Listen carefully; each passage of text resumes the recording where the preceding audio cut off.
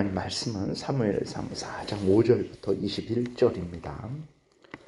여호와의 언약궤가 진영에 들어올 때에 온 이스라엘이 큰 소리로 외치매 땅이 울린지라 블레셋 사람이 그 외치는 소리를 듣고 이르되 히브리 진영에서 큰 소리로 외침은 어찌 됨이냐 하다가 여호와의 궤가 진영에 들어온 줄을 깨달은지라 블레셋 사람이 두려워하여 이르되 신이 진영에 이르렀도다 하고 또 이르되 우리에게 화로다. 전날에는 이런 일이 없었도다. 우리에게 화로다. 누가 우리를 이 능한 신들의 손에서 건지리요? 그들은 광야에서 여러 가지 재앙으로 애굽인을 친 신들이니라. 너희 블레셋 사람들아 강하게 되며 대장부가 되라. 너희가 히브리 사람의 종이 되기를 그들이 너희의 종이 되었던 것 같이 되지 말고 대장부같이 되어 싸우라 하고 블레셋 사람들이 쳤더니 이스라엘이 패하여 각기 장막으로 도망하였고 살육이 심히 커서 이스라엘 보병에 엎드러진 자가 3만 명이었으며 하나님의 궤는 빼앗겼고 엘리의 두 아들 홈니와 비느하스는 죽임을 당하였더라.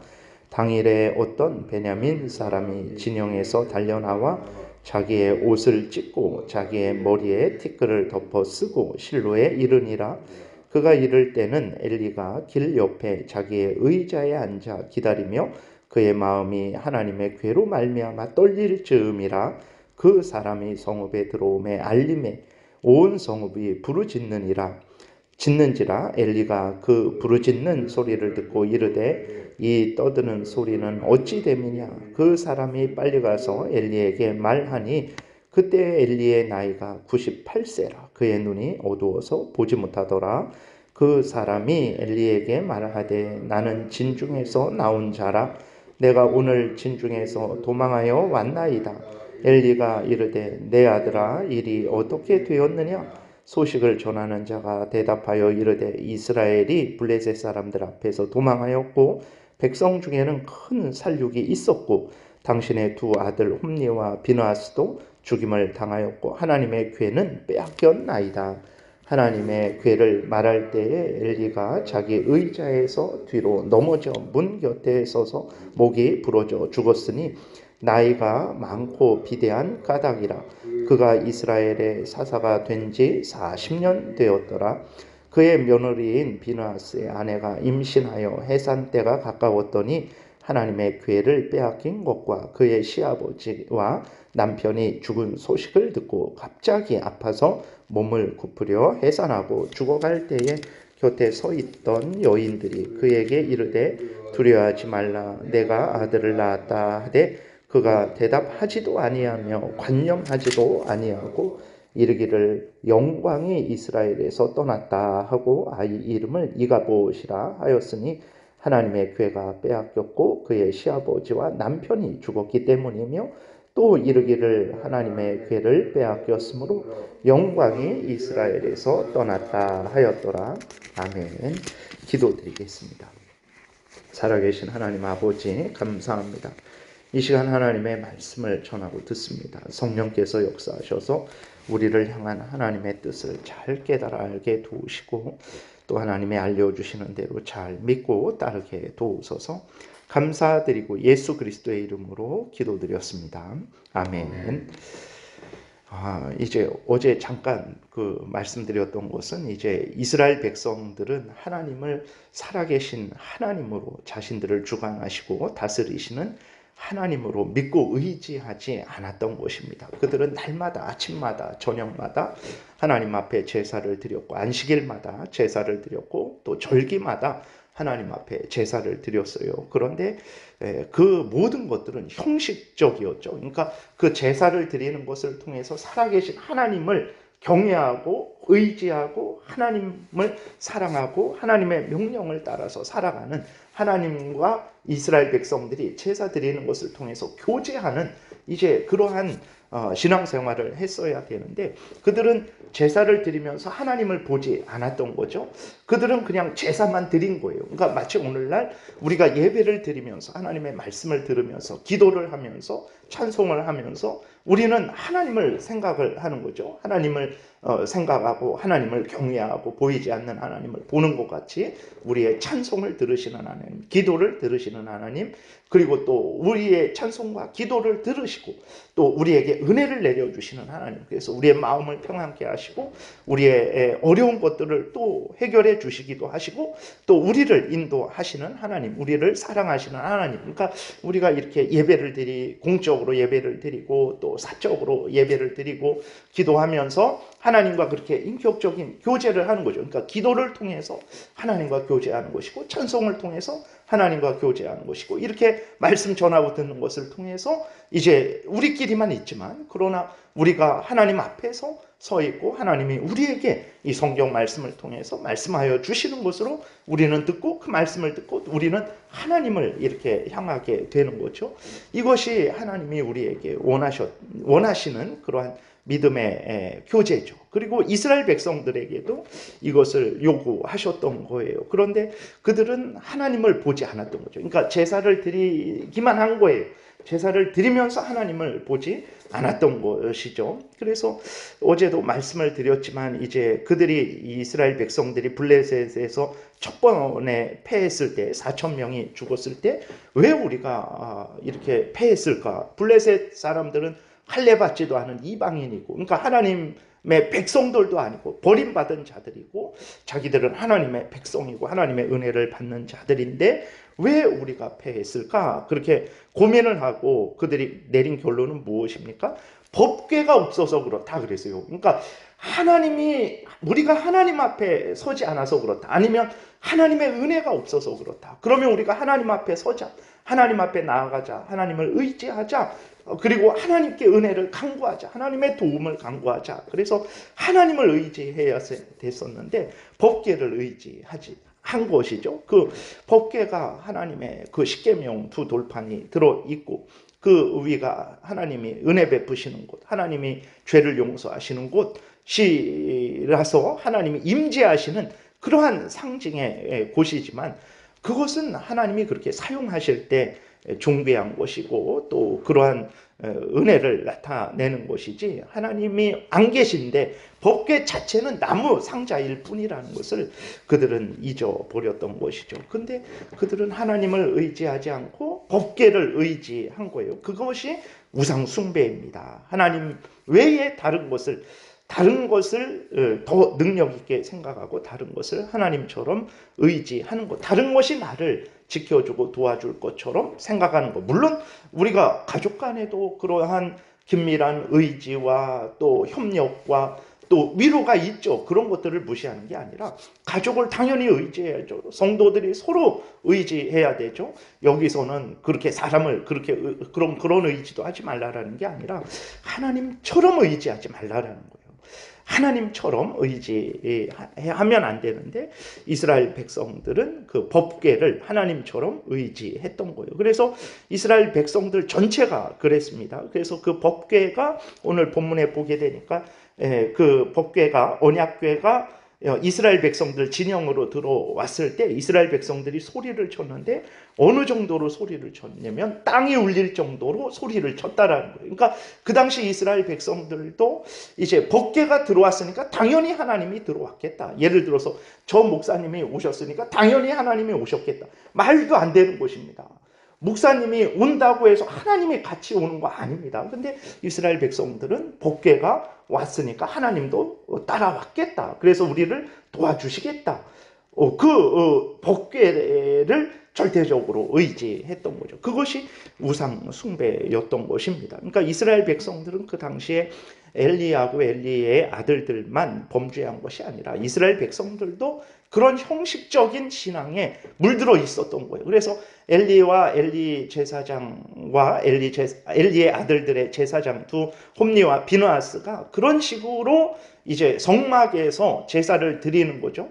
이스라엘 백성들을 괴롭히는 거죠. 물론 그것 때문에 괴로워하고 고통하는 사람들이 있었죠. 그러나 대부분의 그 이스라엘 백성들은 그것을 용인했던 거예요. 그냥 그런 식으로 뭐 그런 거지 하면서 삶을 살았던 것이죠. 그렇게 되니까 오늘 5절을 통해서 봤을 때 온 이스라엘 군인들도 하나님이 우리를 도우시니까 우리가 이기겠다 뭐 이런 것이 아니라, 물론 법궤는 하나님의 임재하시는 상징이니까 그럴 수도 있지만, 그런데 앞에서 말씀드렸던 그러한 차원으로 하나님을 의지했던 것이지 이제 정말 살아계신 하나님을 의지했던 것이 아닙니다. 그러니까 이스라엘 백성들 전체도 거의 우상숭배적이고 형식적인 그러한 신앙을 가지고 있었던 거예요.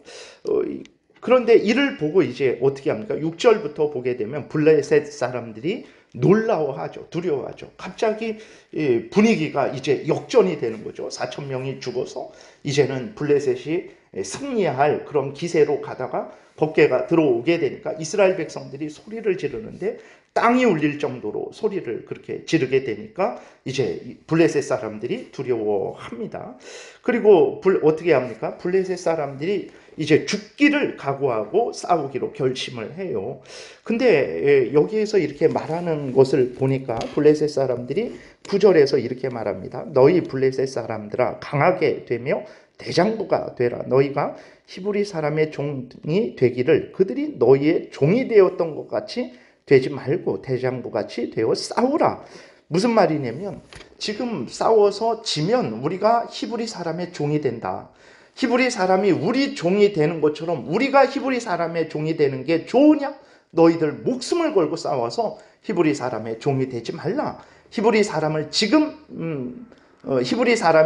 우리의 종인 것을 유지시켜라. 그래서 우리가 그들을 지배해야지. 여기에서 우리가 똑바로 싸우지 않으면, 목숨 걸고 싸우지 않으면 우리는 그들의 종이 될 것이다. 그러니 힘을 내라. 이렇게 말을 하고 있는데, 보게 되니까 이스라엘 백성들이 히브리 사람의, 블레셋 사람의 종이 된 상태에 있는 거예요, 지금.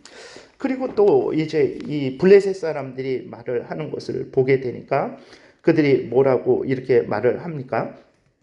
또 7절에 블레셋 사람들이 두려워하여 이르되 신이, 여기 신이라고 이렇게 기록이 되어 있네요. 여기에서 보게 되면 신들이라고, 그들은 이제 8절에 능한 신들의 손이, 그 8절에 우리에게 화로다. 누가 우리를 이 능한 신들의 손에서 건지리요? 그들은 광야에서 여러 가지 재앙으로 애굽인을 친 신들이니라. 그러니까 얼마나 하나님에 대해서 무지한 자들입니까? 하나님은 한 분이시죠. 살아계신 하나님은 한 분입니다. 참된 신은 한 분이에요. 근데 그 한 분이 이제 세인격체죠. 성부, 성자, 성령.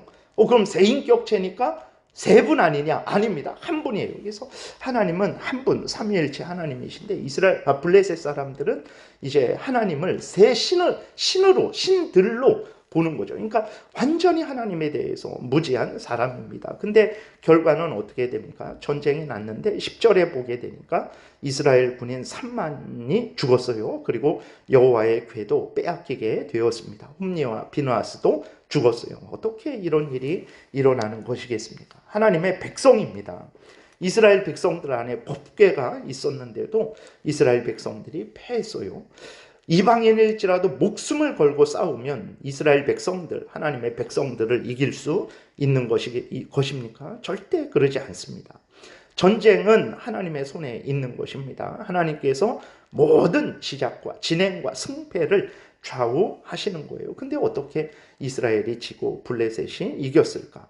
블레셋이 이스라엘을 치고 이길 수 있었던 것은 하나님께서 이스라엘을 블레셋에 넘겨주셨기 때문입니다. 블레셋이 아무리 다짐을 해도 하나님이 허락하시지 않으면 절대로 이길 수 없어요. 그 애굽에서 이스라엘 백성들이 나올 때 하나님이 애굽 왕과 그 애굽의 모든 군대를 치시니까 10가지 재앙으로 치셨을 때 그들은 절대로 그 이스라엘 백성들, 종이 되었던 그런 이스라엘 백성들을 이길 수 없었던 것이죠.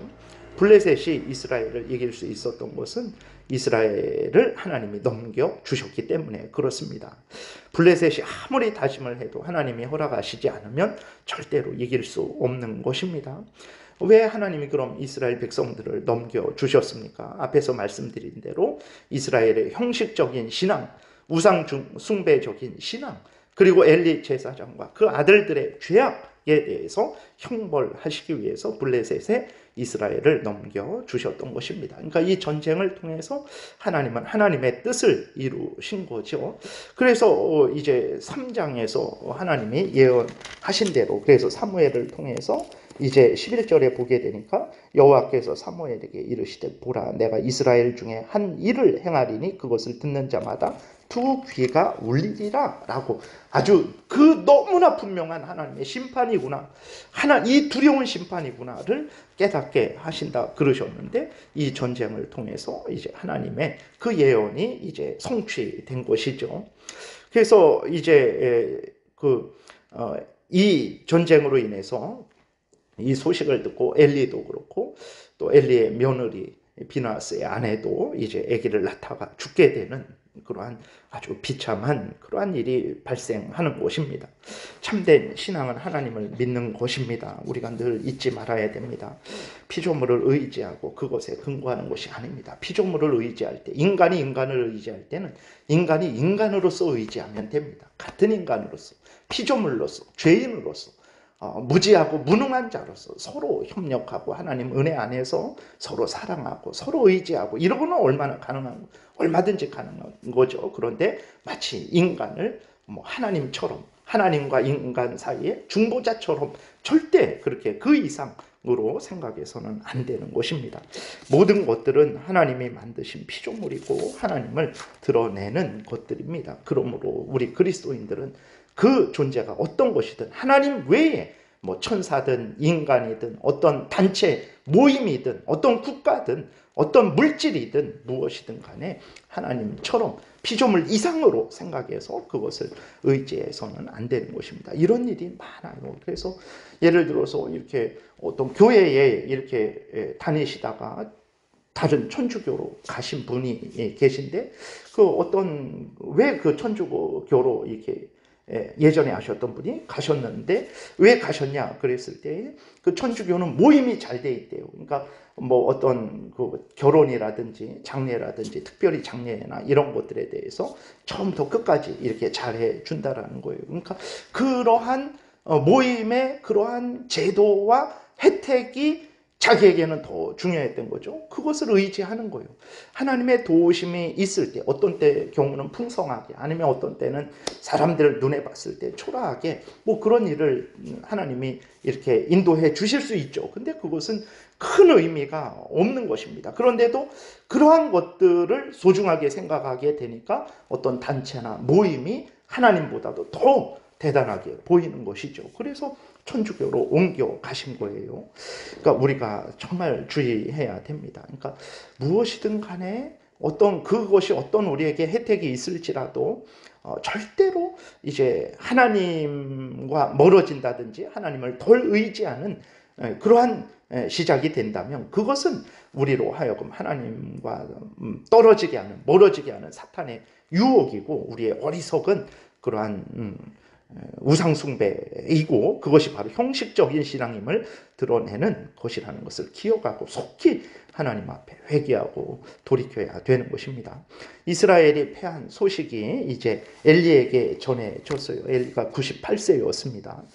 홈니와 비느하스가 죽었다라는 소식과 함께 하나님의 궤를 빼앗겼다라는 소식을 들었어요. 그래서 엘리도 하나님의 제사장이기 때문에 그 하나님의 궤가 어떻게 되었는지에 대해서 이제 아주 관심을 갖고 기다리고 있었는데, 그 전쟁에서 자신의 두 아들이 죽고 무엇보다도 하나님의 궤가 빼앗겼다라는 소식을 듣고 너무 놀래서 이제 뒤로 이렇게 의자에 앉았다가 뒤로 넘어져서 목이 부러져서 이제 죽게 되었습니다. 엘리의 며느리는 이제 거의 이렇게 만삭이 되었었는데 남편과 시아버지의 죽음의 소식을 듣고 또 이제 하나님의 궤를 빼앗겼다라는 소식을 듣고 그것이 너무 충격이어서 이제 그 충격으로 죽어가는 거죠. 죽게 되는 것입니다.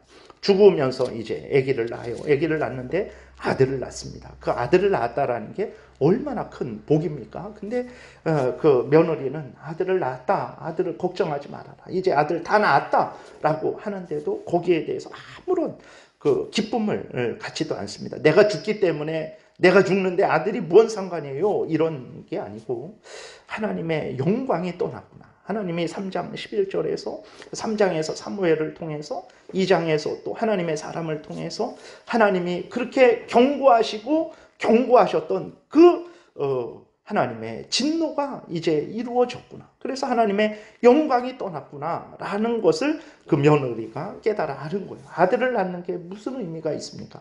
하나님이 우리 집안에서 영광이 하나님의 은혜가 떠났는데 하나님의 진노가 내렸는데 이스라엘에게서 하나님의 영광이 떠났는데 아들을 낳는 게 무슨 기쁨이 되겠습니까? 라고 이렇게 말을 하는 거죠. 그리고 며느리가 이렇게 죽은 것을 우리가 성경에 이렇게 기록된 것을 우리가 보게 됩니다.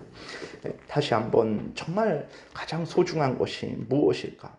복게 소중하죠. 하나님의 것이니까. 근데 하나님 앞에서 그것을 하나님이 사용하시고 우리가 하나님의 뜻대로 그것을 사용할 때 그것이 소중한 것이지 하나님은 생각하지도 않고 복게 자체만 소중하게 여긴다면 그것이 바로 무상숭배고 형식적인 신앙인 것이죠. 무엇이 소중합니까? 살아계신 하나님이 소중한 것이죠.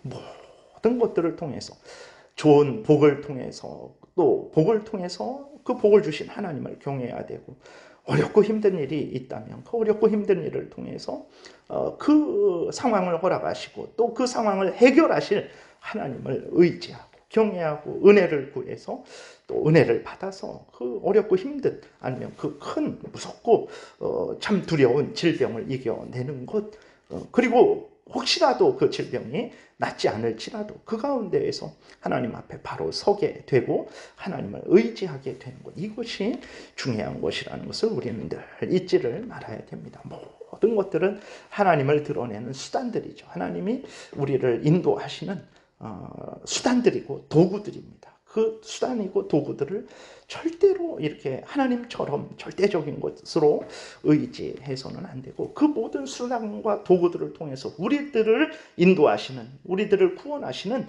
우리들로 하여금 하나님을 경외하고 사랑하게 하시는 그 하나님을 늘 바라보고 그 하나님의 뜻 바로 이 성경 말씀이고 또 요약하면 십계명이죠. 그 뜻을 따라서 교회에서도 직장에서도 가정에서도 국민으로서도 항상 살아가는 것이 바로 우리를 향한 하나님의 뜻입니다. 이것을 늘 잊지 말고 하나님을 경외하고 또 하나님을 사랑하고 의지하며 살아가야 되겠습니다. 기도드리겠습니다. 살아계신 하나님 아버지 감사합니다. 이 귀한 진리의 말씀을 이 귀한 사건을 하나님 기록하셔서 우리로 하여금 어떤 마음과 태도로 하나님을 믿고 섬겨야 하는지 알려주시니 감사를 드립니다. 성경에서 알려주시는 대로 하나님이 알려주시는 대로 믿고 따르는 참으로 복된 신앙생활하게 도우소서 감사드리고 예수 그리스도의 이름으로 기도드렸습니다. 아멘.